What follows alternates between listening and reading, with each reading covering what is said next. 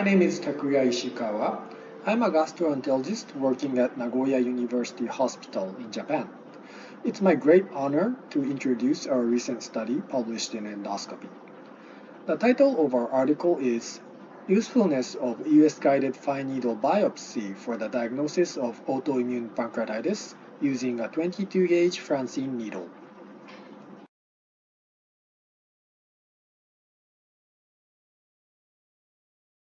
Autoimmune pancreatitis is a distinctive type of chronic pancreatitis whose development and pathology are thought to involve an autoimmune mechanism, and histology plays an important role for the diagnosis.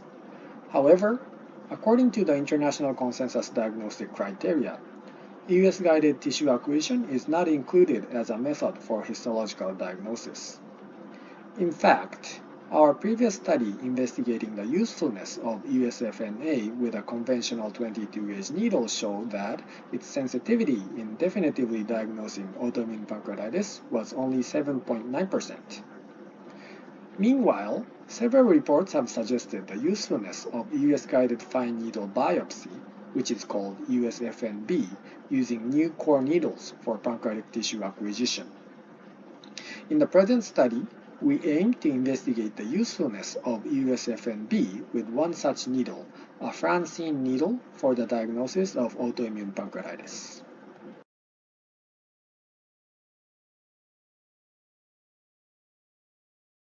This was a prospective, multicenter study conducted at Nagoya University Hospital and 10 other affiliated hospitals between May 2017 and April 2019.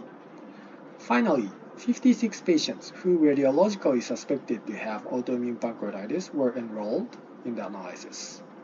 All patients underwent EUS-FNB using a 22-gauge Franseen needle, and the histological findings were evaluated based on the International Consensus Diagnostic Criteria, and the detection rates of level 1 and level 1 or 2 histology were calculated. As a result, the detection rate of level 1 histology was 58.2%, which was apparently higher compared to our historical results of 7.9%.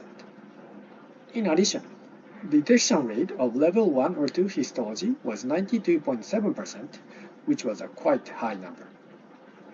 Our results demonstrated that EUS-FNB with a 22-gauge Franseen needle would make it possible to acquire adequate specimen for the histological diagnosis of autoimmune pancreatitis.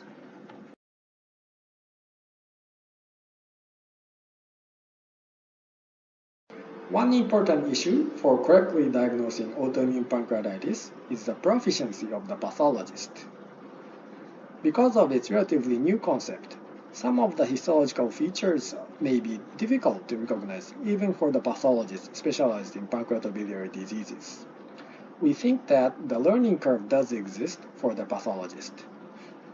We hope that the concept of autoimmune pancreatitis will become more widespread, and the results of our study will be of some help for the pathologist in their diagnosis.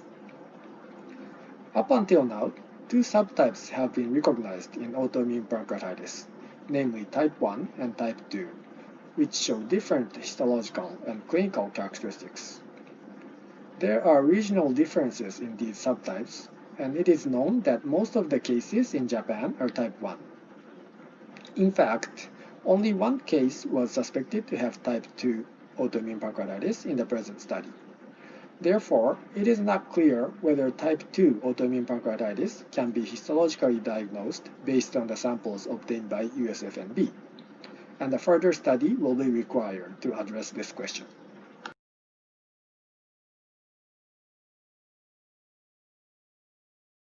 In conclusion, EUS-FNB with a 22-gauge Franseen needle demonstrated favorable detection rates, which would be clinically beneficial for the histological diagnosis of autoimmune pancreatitis.